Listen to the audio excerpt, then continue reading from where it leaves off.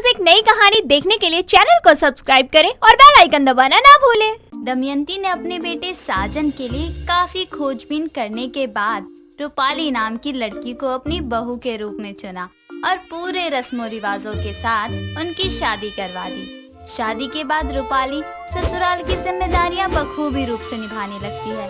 ऐसे ही 1 महीने का समय बीत जाता है। सब कुछ ठीक ठाक चल रहा होता है कि एक रोज वो कमरे में बैठी बोर होते हुए खुद से कहती है, यार मैं तो पक गई हूँ, मन कर रहा है कहीं बाहर होकर आऊं, पर दोपहर की इस सड़ी गर्मी में अकेले जाकर करूंगी भी क्या। एक काम करती हूँ, साजन को कॉल करके शाम को ऑफिस से जल्दी आने के लिए कह देती हूँ। वो साजन को कॉल करने ही जा रही होती है कि तभी डोरबेल बजने की आवाज आने पर वो दरवाजा खोलने जाती है तो देखती है कि साजन दरवाजे पर सूटकेस लिए खड़ा है। उसे देख वो जोर से उसे गले लगाकर कहती है, वाह क्या अटैचमेंट है, अभी आपको कॉल ही करने वाली थी कि आप आ ही गए। घर तो आना ही था। वैसे आप कौन? ये क्या बकवास सवाल हुआ, मुझे नहीं जानते? नहीं जानते? ओ समझ गई, सुबह मैंने जाते वक्त गुड बाय किस नहीं किया, इसीलिए नाराज होना। अच्छा बाबा सॉरी, अभी दे देती हूँ। इतना कहकर वो उसे किस करने के लिए आगे बढ़ ही रही होती है कि तभी उसकी सास दमयंती वहाँ आ जाती है और चिल्लाकर कहती है, अरे ओ नासपीटी, ये क्या कर रही है? सासू माँ, ओ इनके चेहरे पे पसीना आ रहा था, गर्मी लग रही थी, मैं तो फूंक मार रही थी। अपनी फूंक तू अपने पास रख और बाहर क्यों खड़ा है बेटा, अंदर आजा। कैसी हो माँ? मैंने आपको बहुत याद किया। मैं तो ठीक हूँ, लेकिन तू ठीक नहीं लग रहा। 1 साल बाद तेरी शक्ल देख रही हूँ। क्या सासू माँ फालतू की नौटंकी कर रही हो? 5 घंटे में तो ये लौट आई हैं ऑफिस से, लेकिन आप दोनों को देखकर लग रहा है जैसे 5 साल हो गए हूँ। देखिए आप गलत समझ रही हैं। देखिए आप, हो क्या गया है आपको? नाम से बुलाते हो ना मुझे, या फिर तुम कहकर? तुम चलो कमरे में, मैं बताती हूँ तुम्हें। अरे बहू, ये मेरा बेटा तो मैंने कब कहा पड़ोसी का है? ये घर इनका है, मैं इनकी हूँ, तो ये आपके बेटे ही होंगे ना। ये मेरा बेटा है, लेकिन तेरा पति नहीं है बहू। हद हो गई है सासू माँ, भांग वांग चढ़ा कर आई हो क्या? ये मेरे पति नहीं तो क्या मेरी शादी किससे हुई है? चुप कर, एकदम चुप, बात पूरी करने ही नहीं दे रही है। तेरा पति साजन नहीं, तेरे पति का जुड़वा भाई राजन है, जो लंदन में रहता था और 1 साल बाद घर आया है। ये सुनते ही रूपाली हैरानी से राजन की ओर देखने लगती है। उसे यकीन ही नहीं होता कि उसकी सास के जुड़वा बेटे हैं। वो क्या कहे समझ ही नहीं पाती। तभी राजन उससे कहता है, आप चौंक गई होंगी, मैं समझ सकता हूँ, लेकिन कुछ बोलिए तो सही। क्या बोलूं अब मैं इसे? मैंने इसे साजन समझकर गले लगा लिया और किस करने जा रही थी, अब किस मुंह से बोलूं? ओ महारानी, नहीं बोलना तो मत बोल। इतनी दूर से आया है राजन, अपने देवर के लिए कुछ चाय पानी तो लेकर आ। आपने पहले कभी क्यों नहीं बताया सासू माँ कि आपके जुड़वा बेटे हैं? मुझसे क्यों छुपाया? ये मेरी गलती नहीं है जो छुपाऊंगी, और मैंने नहीं बताया तो तूने भी तो नहीं पूछा। तू काम कर जाकर। राजन आजा, मैं तुझे कमरा दिखाती हूँ तेरा। दमयंती राजन को वहाँ से ले जाती है तो रूपाली जाते जाते अब भी हैरानी से राजन की शक्ल को घूरती रहती है। शाम को खाने के समय तक जब साजन ऑफिस से नहीं लौटता तो रूपाली उसे फोन करने लगती है। तभी साजन घर आ जाता है और उसे और राजन को एक साथ देख वो चक्कर खाकर गिरने ही वाली होती है कि तभी उसकी सास उसे पकड़ते हुए कहती है, तुझे मेरे जुड़वा बेटों को साथ देखकर इतना सदमा क्यों लग रहा है? सासू माँ, इन दोनों की सूरत बिल्कुल एक जैसी है, कोई अंतर नजर ही नहीं आता। अब जुड़वा भाइयों की शक्ल नहीं मिलेगी तो क्या हम सास बहू की सूरत मिलेगी? बस कर, कैसे देख रही है मेरे जुड़वा बेटों को, नजर लगाएगी क्या? रूपाली, रूपाली कहाँ खो गई?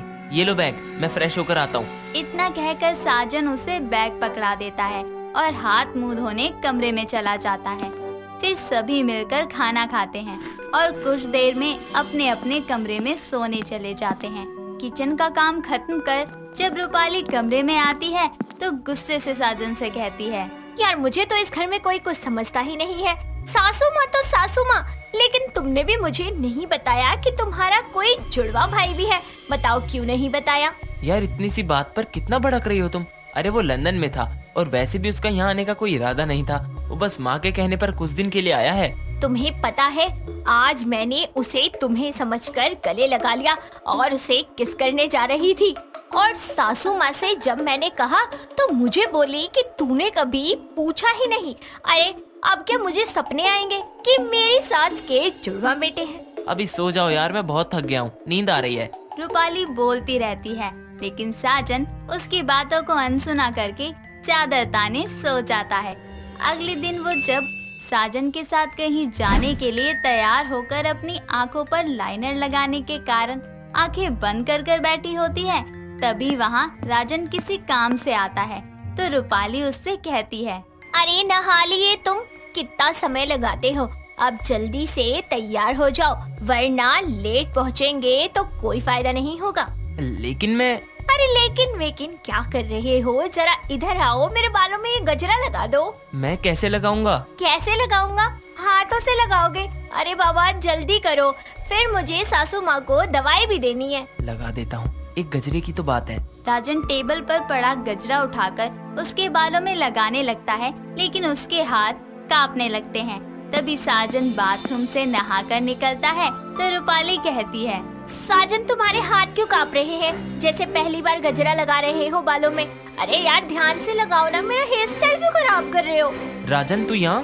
साजन के इतना बोलते ही रूपाली आंखें खोलती है तो देखती है कि साजन बाथरूम के बाहर खड़ा होता है और उसके बालों में गजरा राजन लगा रहा होता है। तभी वो पीछे हटकर कहती है, देवर जी आपको कहना चाहिए था ना कि यहाँ पे, मैं समझी नहीं। भाभी अब बोलने का मौका दो तब ना। कोई बात नहीं राजन, वैसे भी हमें खुली आंखों के साथ में तो पहचान नहीं पाती, तो बंद आंखों से क्या ही पहचानेगी। ये भी है। वैसे भैया मुझे आपका लैपटॉप चाहिए था, मेरा वाला खराब हो गया है, तो मैं ले जाऊँ? हाँ हाँ वही टेबल पर रखा है, ले जा। तभी राजन लैपटॉप लेकर वहाँ से चला जाता है और रूपाली साजन से कहती है, देखो जी, आप दोनों जुड़वा भाई ना अपने चेहरे पर कोई निशान बनवा लो, ताकि मुझे पता चल जाए कि मेरा पति कौन है और मेरा देवर कौन है। अब क्या चेहरे पर टैटू बनवा कर घूमूं? तुम भी ना, चलो जल्दी करो अब। रूपाली अब घर में इस बात का बारीकी से ध्यान रखने लगी कि कौन राजन है और कौन उसका पति साजन, जिसके चलते वो ज्यादातर साजन को राजन समझकर उससे दूर दूर रहने लगती। एक रोज उसकी माँ विनीता उससे मिलने घर आती है। राजन को साजन समझकर कहती है, अरे दामाद जी दूर क्यों खड़े हैं, मेरा आशीर्वाद नहीं लेंगे क्या आप? समधन जी आप बैठिए तो सही। बहुत चुप चुप हैं। दामाद जी की तबीयत खराब है क्या? समधन जी ये आपका दामाद नहीं, मेरा दूसरा बेटा राजन है, आपके दामाद का जुड़वा भाई। बहू खड़ी क्या है, जा समधन जी को कमरे में ले जा, चाय नाश्ता वहीं भिजवाती हूँ। रूपाली अपनी माँ को कमरे में ले जाती है। तभी विनीता उससे कहती है, तेरी सास के जुड़वा बेटे हैं, तूने कभी फोन पर इस बात का जिक्र क्यों नहीं किया? अरे ये क्या कोई ब्रेकिंग न्यूज है जो स्पेशल इसके लिए मैं कॉल करती आपको? मुझे खुद 1 महीने बाद पता चला। इसके चक्कर में मुझे समझ नहीं आता कि दोनों में से मेरे वाला कौन सा है। हाँ दोनों दिखते तो एक ही जैसे है ना। अच्छा ये छोड़, मैं क्या कहती हूँ, जब तेरा देवर आ ही गया है तो इसके साथ तेरी मौसी की बेटी स्वीटी का रिश्ता की बात छेड़ूं क्या? माँ आपको रिश्ते की पड़ी है।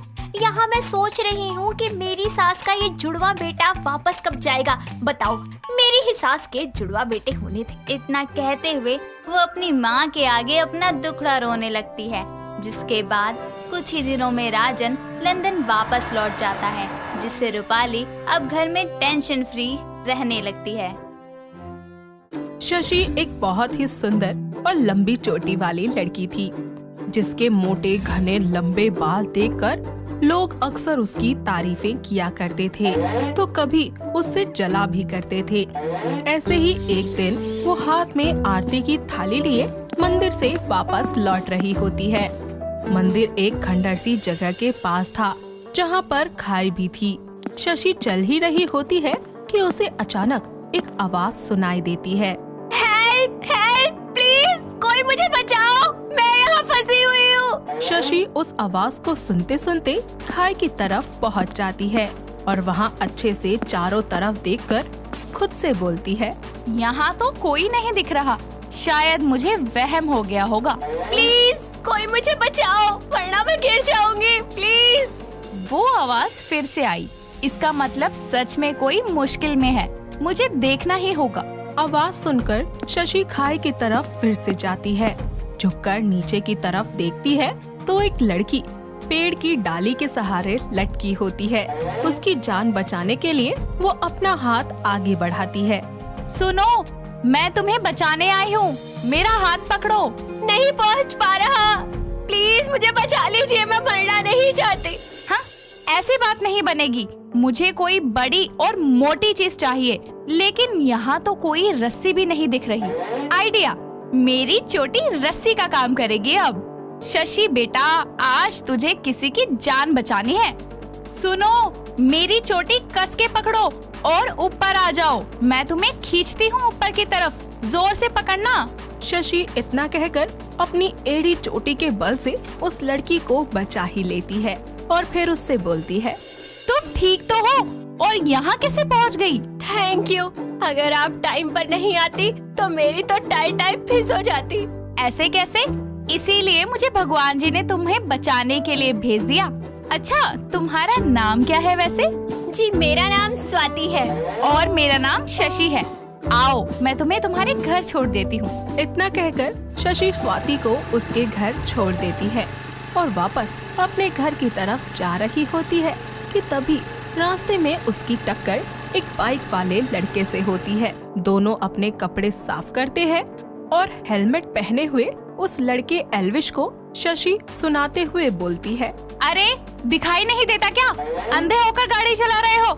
शर्म नहीं आती तुमको? इतनी तेज ठोकर मार दी मेरी स्कूटी को। ओह एक्सक्यूज मी, फर्स्टली पहले तुम देखकर चलाओ, जो सामने से आकर अचानक से ठोक दी मुझे, और तुम्हारी वजह से चोट भी लग गई मुझे। अपनी गलती तो दिख नहीं रही, खुद कैसे चला रहे थे? वो तो शुक्र है ज्यादा सीरियस चोट नहीं आई, वरना मैं तो। क्या हुआ?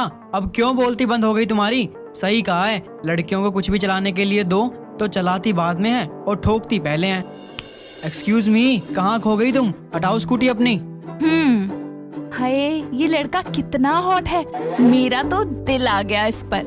हे भोलेनाथ, इस लड़के के साथ मेरी सेटिंग करवा दो। ओ हेलो, कहाँ खो गई तुम? कोई नहीं, सॉरी जी, मेरी गलती है, मैं अचानक से आ गई आपके सामने। कोई बात नहीं जी। मुझे चोट लग गई, क्या आप मुझे डॉक्टर के पास लेके चलेंगे? मुझसे ना स्कूटी अब चलेगी नहीं, प्लीज।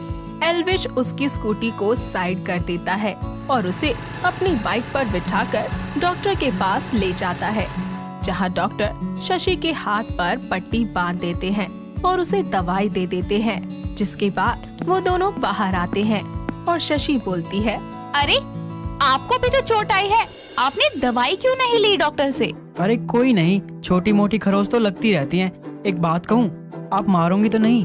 नहीं नहीं, बोलिए आप। आप बहुत सुंदर हैं और आपकी चोटी सच में बहुत बड़ी है।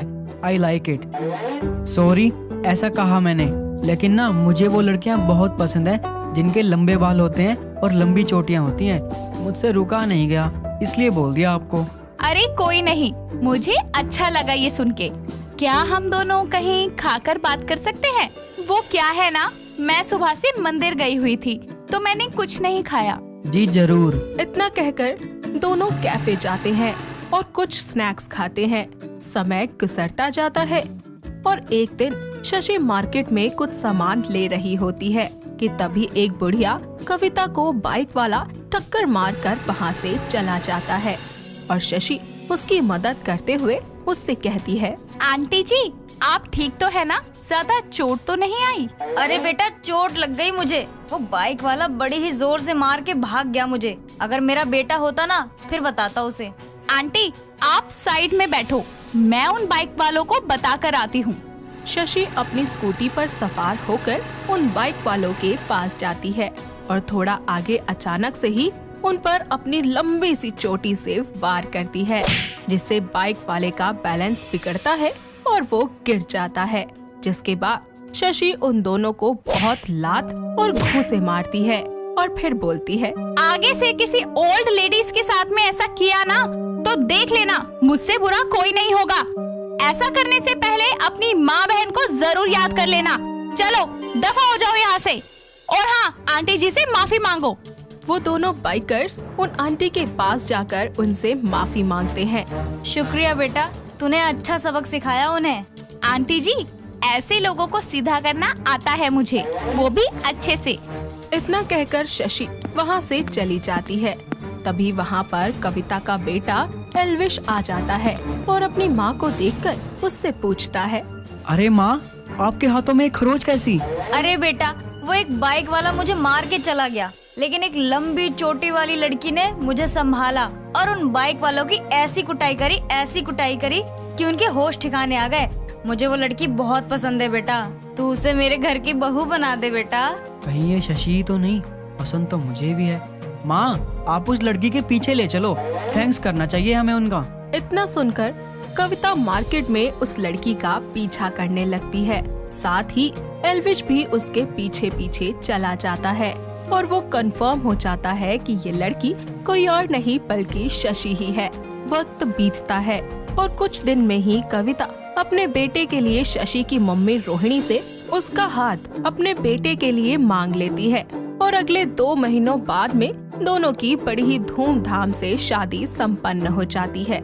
ऐसे ही एक दिन एल्विश शशि को एक थी डायन मूवी दिखाने के लिए थिएटर में ले जाता है। वहाँ से वापस आने के बाद एल्विश बहुत ज्यादा डरा होता है और घर जाकर अपने कमरे में चादर सर पर ओढ़कर बैठकर बोलता है, उस मूवी को देखकर कहीं सच में वो डायन यहाँ आ गई तो मैं क्या करूँगा? वो ऐसा बोलता ही है कि कमरे की लाइट अचानक से जलने और बुझने लगती है और तभी एक औरत अंधेरे में मोमबत्ती लिए बैक साइड से खड़ी होती है और उसकी खूब लंबी चोटी सांप की तरह हवा में लहरा रही होती है। ये देखकर वो डरने लगता है और उससे कहता है, कौन हो तुम? कहीं तुम वही चोटी वाली डायन तो नहीं? हाँ, सही पहचाना तुमने मुझे बुलाया था ना, लो मैं आ गई। मैंने? अरे मैं तुम्हें क्यों बुलाऊंगा? मैंने नहीं बुलाया तुम्हें, छोड़ दो मुझे। तुम मेरी शशि की बॉडी में क्यों आ गई? क्योंकि इसकी चोटी बहुत लंबी है और इससे मुझे कई नई शक्तियाँ मिलेगी। अब तू मरने के लिए तैयार हो जा। जैसे ही डायन उसकी तरफ खंजर लेकर बढ़ती है तो एक रोशनी आती है और तभी डर के मारे एल्विश वहीं पर ही बेहोश हो जाता है और लाइट जलाकर शशि बोलती है, अरे ये तो डर गए। मैं तो मजाक कर रही थी इनसे मूवी देखने के बाद, लेकिन ये तो ज्यादा ही डर गए।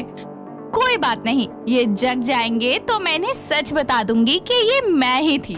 एल्विश नींद में उसकी सारी बातें सुन लेता है। अगली रात को एल्विश भूत बनकर उसके सामने आता है, साथ ही उसकी चोटी काट देता है, जिसके बाद शशि बहुत रोने लगती है। तभी लाइट जलाकर एल्विश उससे बोलता है, अब फिर कभी डराओगी अपनी लंबी चोटी से? अब तो कट गई तुम्हारी चोटी। तो इस सब में मेरी प्यारी सी चोटी को काटना जरूरी था? अब ज्यादा रो मत, तुम्हारी चोटी नहीं काटी। मेरे हाथ में जो है ये नकली बाल हैं। अपने बाल देखो पहले सही से। इस तरह दोनों एक दूसरे को गले लगाकर एक दूसरे से माफी मांग लेते हैं और ऐसे ही खुशी खुशी अपनी जिंदगी में रहने लगते हैं। 6 महीने के बाद पुनीत अपने घर आ रहा होता है, जिसके आने की खुशी में उसकी बीवी दिशा और उसकी माँ कनक उसके लिए एक छोटा सा सरप्राइज प्लान करते हैं।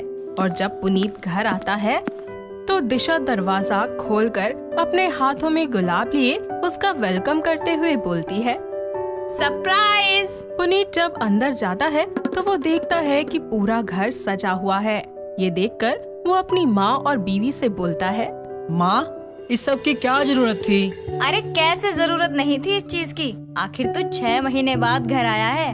अच्छा, वैसे ये आइडिया किसका था? मेरी प्यारी बहू का। अच्छा तू अब अंदर जा और जल्दी से फ्रेश हो जा।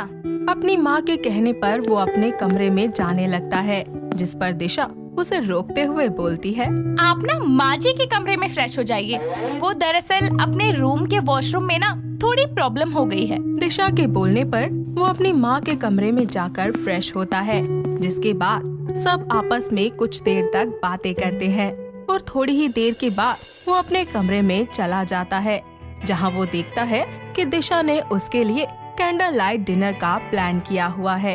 ये देखकर वो उसे गले लगा लेता है और बोलता है, क्या बात है, ये सब तुमने मेरे लिए किया है? नहीं, ये सब मैंने हमारे लिए किया है।